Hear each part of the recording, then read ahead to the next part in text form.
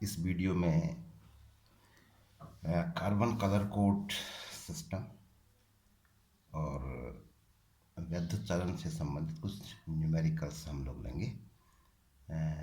उससे पहले इस पूरे सेक्शन में ये जो हमने इलेक्ट्रिक चार्ज और इलेक्ट्रिसिटी वाला जो पूरा सेक्शन अभी तक पढ़ा है, उससे रिलेटेड कुछ डायमेंशनल फार्मूला, इनके विमीय सूत्र क्या क्या होंगे, थोड़ा जो मुख्य मुख्य भौतिक राशियाँ हैं उनके लिए लेंगे। तो बाकी जो और भी भौतिक राशियाँ हैं उनको आप लोग खुद देख लेंगे। तो सबसे मुख्य चीज़ जो इसमें होगी कि इससे पहले जो हमने विमीय सूत्र पढ़े थे उसमें एम, एल और टी, अभी तक जो पढ़े थे एम, एल और टी, ये तीन मूल मात्रक उसमें आ रहे थे। तो यहाँ पे एक और राशि इंट्रोड्यूस हो रही है, इलेक्ट्रिसिटी, और उसका मात्रक होता है एम्पियर। विद्युत धारा का मात्रक एम्पियर इसमें इंक्लूड करते हुए ये जो राशियाँ, भौतिक राशियों के विषय में अब हम पढ़ने जा रहे हैं या जिनके विषय में हमने पढ़ लिया है, उनके विमीय सूत्रों की बात करेंगे। तो वैद्युत धारा एक फंडामेंटल यूनिट होती है, फंडामेंटल फिजिकल क्वांटिटी है, और उसका मात्रक जो है वो एम्पियर होता है। तो एम्पियर की डेफिनेशन हमने पढ़ी थी, वैद्युत धारा आवेश प्रवाह की दर को वैद्युत धारा कहते हैं, या Q बराबर IT। तो ये जो सूत्र इसका है समझने के लिए हमने यहाँ पे इसको बाद में लिखा भी है। Q बराबर IT से अगर देखें तो आवेश का जो विमीय सूत्र होगा, उसका जो मात्रक होगा क्या हो जाएगा, एम्पियर सेकंड, IT। तो विमीय सूत्र हो जाएगा, एम्पियर के लिए ए का इस्तेमाल किया गया है सिंबल, और टाइम के लिए तो टी हमको पता ही है। एम जो है वो मास के लिए होता है, एल लेंथ के लिए होता है, टी टाइम के लिए होता है, और करंट के लिए यहाँ पे ए का इस्तेमाल किया गया, उसका मात्रक एम्पियर। तो इस तरीके से चार्ज का जो डायमेंशनल फार्मूला होगा, विमीय सूत्र होगा, वो होगा ए टी। तो इसके अलावा आप देखें अगर dimensional formula of electric field, वैद्युत क्षेत्र का विमीय सूत्र, तो वैद्युत क्षेत्र की परिभाषा होती है ई बराबर एफ बटा क्यू। तो उसी से इसका डायमेंशनल फार्मूला भी निकलेगा। ई का डायमेंशनल फार्मूला कैसे निकलेगा, एफ का विमीय सूत्र बटा क्यू का विमीय सूत्र। अब एफ का विमीय सूत्र होता है M L T-2 और क्यू का होता है AT। तो इन दोनों को सॉल्व करेंगे तो ये विमीय सूत्र निकलता है ML T-3 A-1। Dimensional formula potential, विभव, वैद्युत विभव का विमीय सूत्र। तो डेफिनेशन है V बराबर W बटा Q। तो V का विमीय सूत्र हो जाएगा W का विमीय सूत्र बटा Q का विमीय सूत्र। तो कार्य का विमीय सूत्र क्या होता है, ML2T-2 बटा Q का विमीय सूत्र AT। तो इसको सॉल्व करेंगे तो A -1 होगा, ऊपर जाके टी में एक घात और जुड़ जाएगी तो टी की -3 हो जाएगी। तो ML2T-3 A-1। इस तरीके से वैद्युत प्रतिरोध का विमीय सूत्र अगर कहें तो सूत्र है R बराबर V बटा I, और V का विमीय सूत्र अभी हमने निकाल रखा है ML2T-3 A-1 बटा I A, वैद्युत धारा। तो इसको सॉल्व करेंगे तो इसमें ए की जो है एक घात और ऊपर चली जाएगी तो A-2 हो जाएगा। तो ML2T-3 A-2। इस तरीके से डायमेंशनल फार्मूला ऑफ रेजिस्टिविटी, प्रतिरोधकता या विशिष्ट प्रतिरोध, तो सूत्र ये होता है विशिष्ट प्रतिरोध रो बराबर R A बटा L। A cross sectional area है तो मीटर स्क्वायर होगा मात्रक, एल का मीटर हो गया तो मीटर स्क्वायर बटा मीटर, मीटर रह जाएगा। आर का ओम होता है तो ओम मीटर, इस तरीके से आ जाएगा। ओम के लिए हमने भी निकाल रखा है ऊपर, ये ओम का भी सूत्र ये होता है। तो ML2T-3 A-2 और साथ में मीटर और आ जाएगा तो एल और आ जाएगा साथ में। तो इस तरीके से इसका भी सूत्र हो जाएगा ML3T-3 A-2। कैपेसिटेंस, वैद्युत धारिता का विमीय सूत्र, तो सूत्र होता है C बराबर Q बटा V। तो Q AT और बटा V, ऊपर निकाल रखा है V, ML2T-3 A-1, ये है V का विमीय सूत्र ऊपर। तो इसको सॉल्व करेंगे तो ये निकल के आता है M-1L-2T-4 A-2। तो इस तरीके से ये विमी सूत्र हम प्राप्त कर सकते हैं। अगला अब बात करते हैं कार्बन प्रतिरोध के लिए वर्ण code, colour code for carbon resistance. तो जो कार्बन प्रतिरोध होते हैं, छोटी साइज में प्रतिरोध को प्राप्त करने के लिए इनका उपयोग किया जाता है। तो सामान्य आकृति इस तरीके से होती है, बेलनाकार आकृति है, और इसमें जो है इसके दो ये एंड्स हो गए, परिपथ में जोड़ने के लिए दो तार जुड़े होते हैं जहाँ भी इसको परिपथ में फिक्स करना हो। अब इसमें क्या होता है, सामान्यतः ये 4 रिंग होती हैं, वलय को वृत्ताकार व्रत बने होते हैं, क्योंकि बेलन का आकार है, चारों ओर से अगर उसको घुमाएंगे तो व्रत इस तरीके से यहाँ से यूं ऊपर पर, फिर घूमते हुए पीछे से यूं, तो एक व्रत के आकार की पट्टियाँ इसमें बनी होती हैं। तो सामान्यतः 4 पट्टियाँ होती हैं। तो जो इनके कलर होंगे अलग अलग, जैसे यहाँ पर लाल, पीला, हरा है, और ये जो अलग जो पट्टी बनी हुई है चौथी, ये गोल्डन कलर की सुनहरे रंग में होगी, और या फिर सिल्वर कलर में होगी, चांदी के रंग में, चांदी या सोने की पट्टी के कलर में होती है चौथी रिंग, जो अलग दूर बनी है। और जो 3 जो एक साथ साथ हैं ये, तो इनके कलर अलग अलग होंगे। जैसे यहाँ पर नीला है, नारंगी है, ब्राउन है, यहाँ पर लाल है, पीला है, हरा है। तो इन्हीं से इनके मान को हम बता सकते हैं कि इस प्रतिरोध का मान कितना है। अब इसको ज्ञात करने के लिए हमको एक सारणी का ज्ञान होना चाहिए। ये एक सारणी है कार्बन प्रतिरोध के लिए वर्ण कोड। तो इसमें क्या है, एक सीक्वेंस में जो है, ये जो सीक्वेंस है इसको याद रखना है हमें। ये कलर दिए हुए हैं, ब्लैक के लिए बी, ब्राउन बी, रेड का आर, ऑरेंज का ओ, येलो का वाई, ग्रीन का जी, ब्लू का बी, वायलेट का वी, ग्रे का जी, और वाइट का डब्ल्यू। ये जो चौथी लाइन हम कह रहे थे, वहाँ पे चौथी लाइन 2 होंगी, या तो गोल्डन होगी और या सिल्वर होगी। इसका अर्थ ये होता है कि जो भी प्रतिरोध का मान होगा, अभी हम सीखेंगे उसको कैलकुलेट करना, तो उसमें 5% का अंतर हो सकता है, उसकी एक्यूरेसी को व्यक्त करता है। और इसके लिए जो वर्ड यहाँ पर यूज किया गया है वो सहनशीलता शब्द इस्तेमाल किया गया है। वास्तव में एक्यूरेसी से मतलब होता है इसका, जो भी मान उसमें कैलकुलेट करके अभी हम निकालेंगे, उसमें प्लस माइनस या तो 5% ज़्यादा हो सकता है, 5% कम हो सकता है, उससे ज़्यादा अंतर नहीं होगा।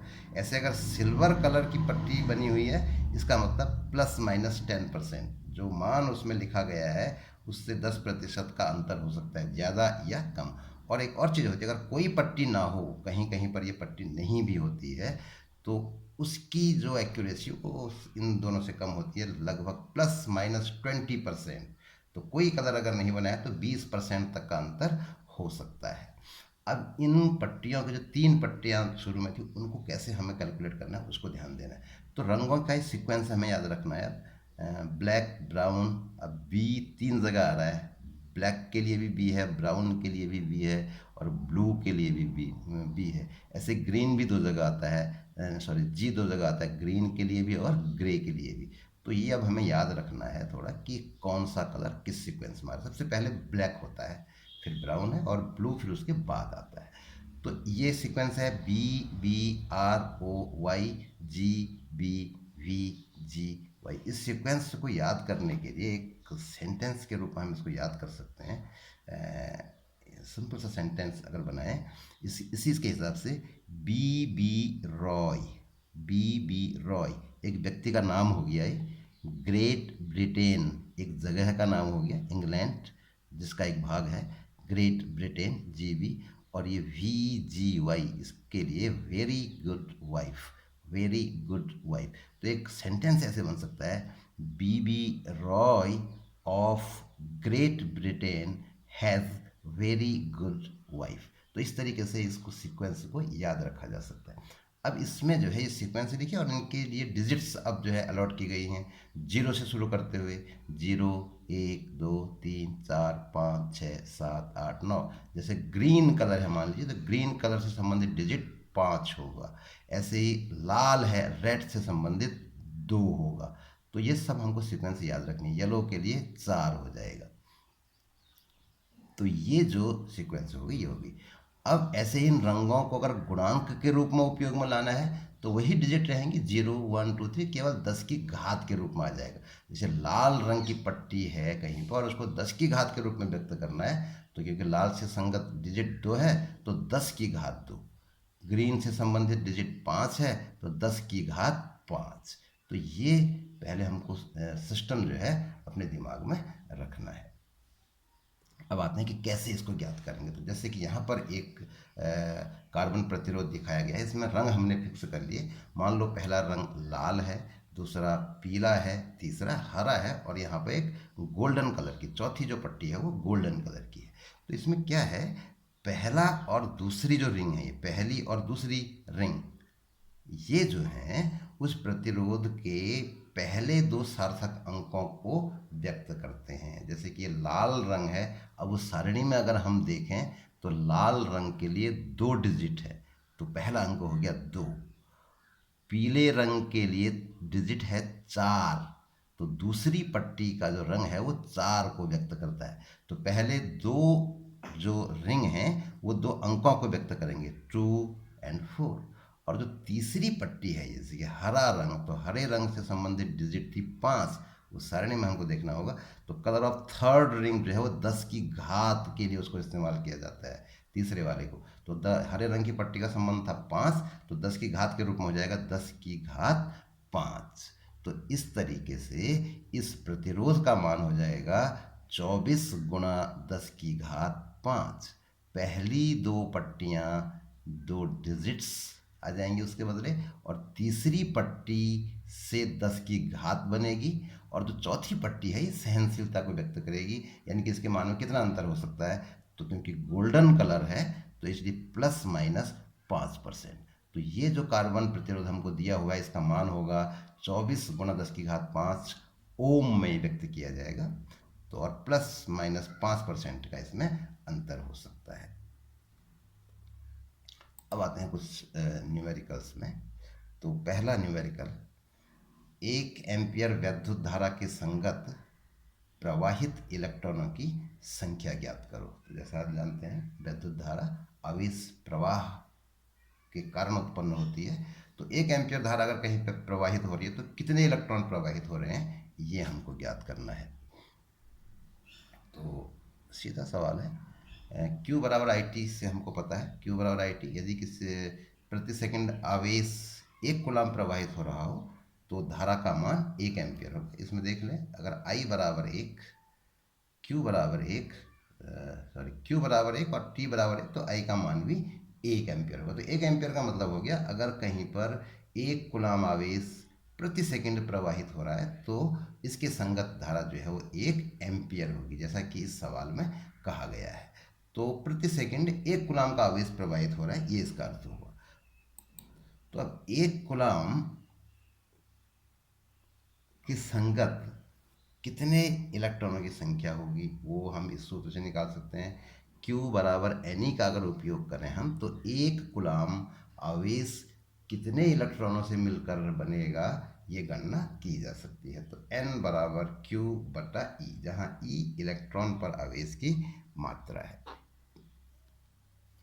तो इसको अगर हम यहाँ पर देखें, मान रख दें, Q का मान 1 रख दिया, E का मान 1.6 गुणा 10 की घात ऋण 19 रख दिया। तो 1 बटा 1.6 10 की घात ऋण 19, इसको हल करें तो इसका मान आता है 6.25 गुणा 10 की घात 18। तो 1 एम्पियर धारा प्रवाहित होने का अर्थ हो गया कि उस स्थान से 6.25 गुणा 10 की घात 18 इलेक्ट्रॉन जो है वो प्रवाहित हो रहे हैं। तो यही इसका आंसर होगा। अगला न्यूमेरिकल लेते हैं। हाइड्रोजन परमाणु में एक इलेक्ट्रॉन नाभिक के चारों ओर 5.0 गुणा 10 की घात ऋण 11 मीटर त्रिज्या की कक्षा में 2.2 गुणा 10 की घात 6 मीटर प्रति सेकंड की चाल से चक्कर लगाता है।